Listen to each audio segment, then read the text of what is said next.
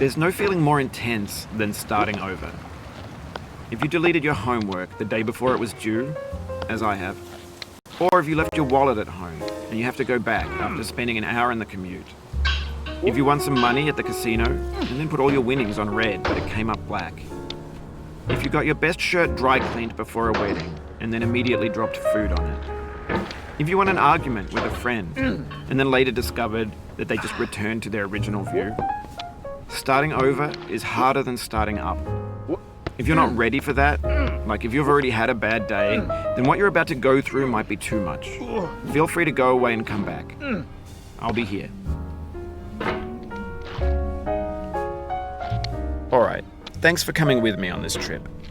I'll understand if you have to take a break at any point. Just find a safe place to stop and quit the game. And don't worry, I'll save your progress, always, even your mistakes. This game is a homage to a free game that came out in 2002, titled Sexy Hiking.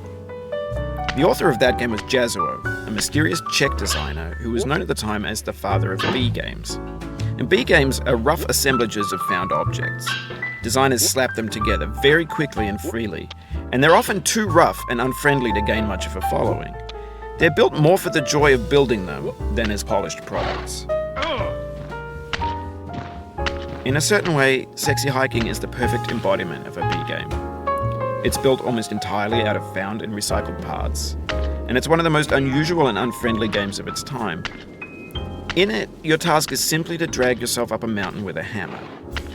And that act of climbing, in the digital world or in real life, has certain essential properties that give the game its flavor. No amount of forward progress is guaranteed.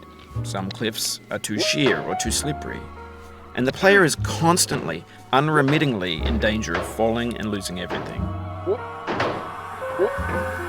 Anyway, when you start Sexy Hiking, you're standing next to this dead tree that blocks the way to the entire rest of the game. It might take you an hour to get over that tree, and a lot of people never got past it.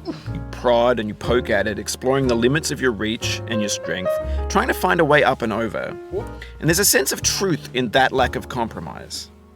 Most obstacles in video game worlds are fake. You can be completely confident in your ability to get through them.